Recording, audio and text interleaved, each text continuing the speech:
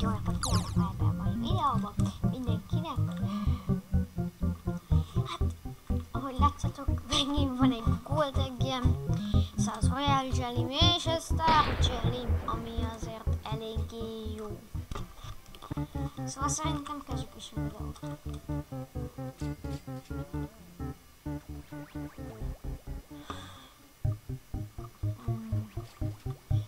Az a honeybee-re megy,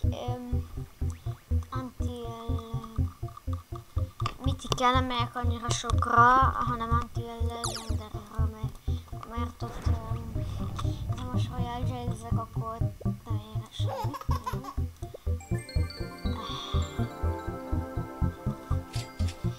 Hát jó,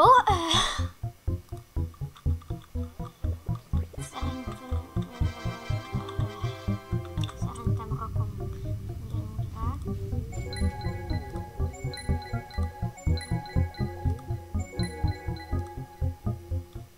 Jó, egyre közel vagyok a mythichez, mert hogyha sok legendary kapok, akkor majd egyszer kapok egy mythicet. De most vagy egy epic-et, vagy egy legendary kapok.